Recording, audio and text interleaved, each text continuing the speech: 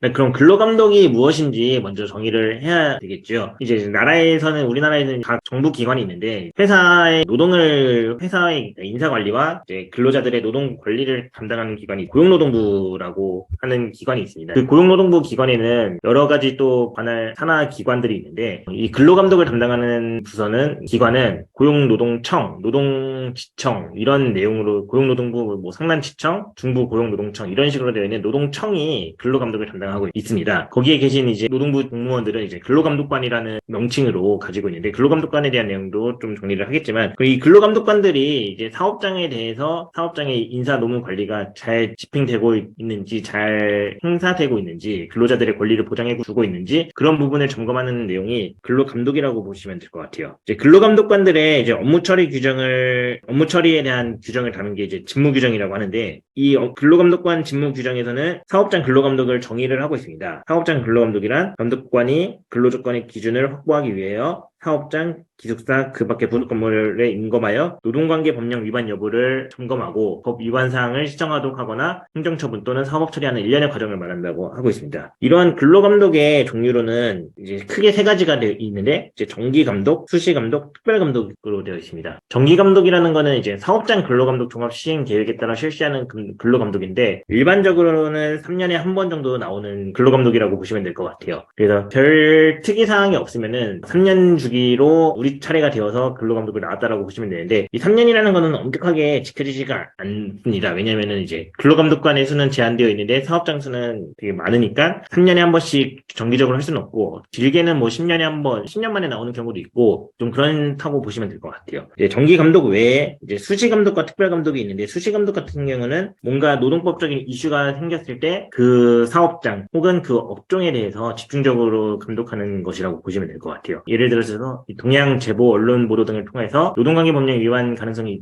있다고 판단되는 사업장. 예를 들어서 최근에는 금융기관에서 발생하는 직장 내 괴롭힘이 좀 사회적인 이슈가 되거나, IT 게임 회사에서 발생하는 뭐 장시간 근로의 문제, 그런 내용들이 언론 등의 제보를 타면은 그 업종을 대상으로 근로감독을 집중적으로 실시하는 게 수시감독이라고 보시면 될 것 같고, 뭐 해당 회사 내 직원이 뭐 근로감독 청원 등을 해서 사업장 근로감독이 필요하다고 인정되는 사업장, 혹은 이제 제3장 이제 신고 사건을 처리하는 과정에서 근로기준법 위반 사항이 다수 있다고 판단되는 사업장에 대해서도 정기감독이 아닌 수시감독을 진행을 한다고 보시면 될 것 같고요.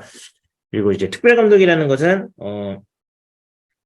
그 수시감독에 더 확장되어서 노동법 위반 사실이 다수 누적되었다라고 한다든지, 그런 형태가 이제 특별감독이라고 보시면 될 것 같아요.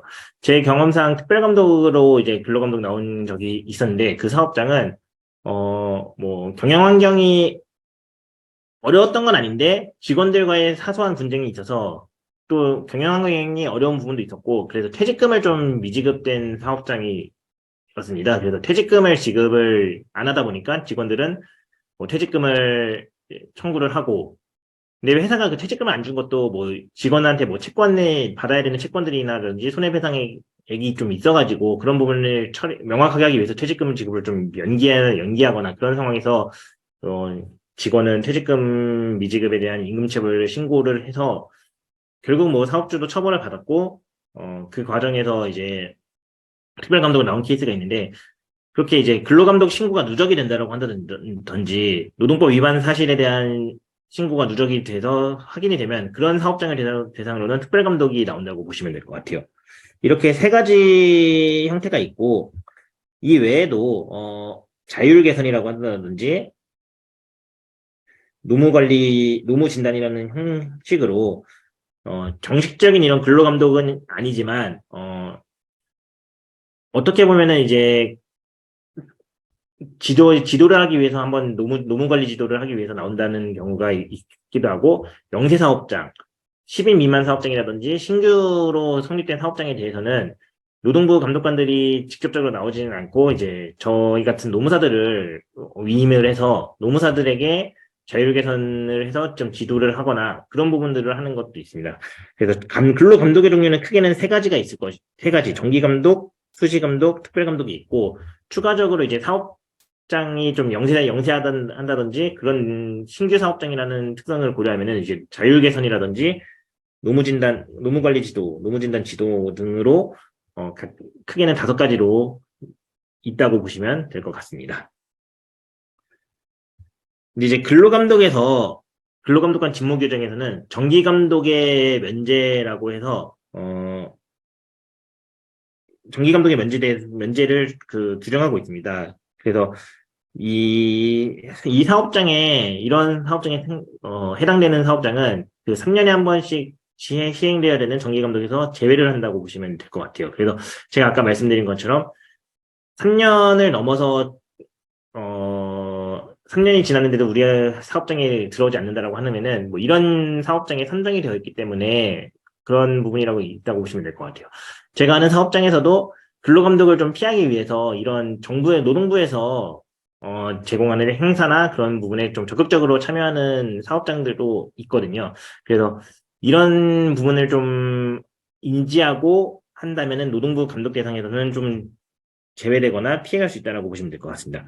그럼에도 불구하고 이런 정기감독 면제 대상 사업장에 해당되더라도 수시감독이나 특별감독 대상에서는 피해가지 못한다는 것은 한 가지 좀 인지를 하셔야 될 것 같습니다.